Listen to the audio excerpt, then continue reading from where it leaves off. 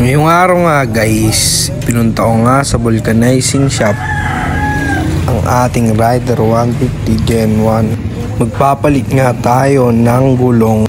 Harap at likod nga yung papapalitan nating gulong. Leo Samurai nga yung gagamitin natin.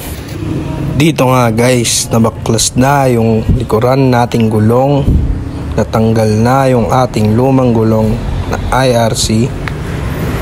Ngayon dito guys, napalitan na siya ng Leo Samurai na gulong. Samurai lang guys. Low budget lang tayo guys. Yan yung dati nating gulong. At ito yung ating pinalit. 80-80 nga yung size ng panglikod nating gulong. At 80-70 naman sa harap. 70-80 nga pala sa harap.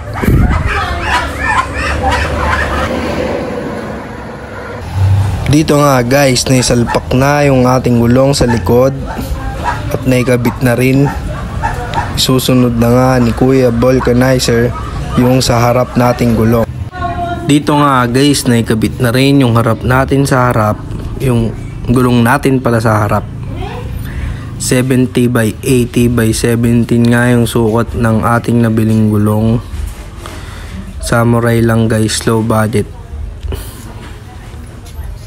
Yun nga guys, ito na nga yung kanyang final look. Yun yung gulong natin sa likod. Ito guys yung final look natin. Okay din guys.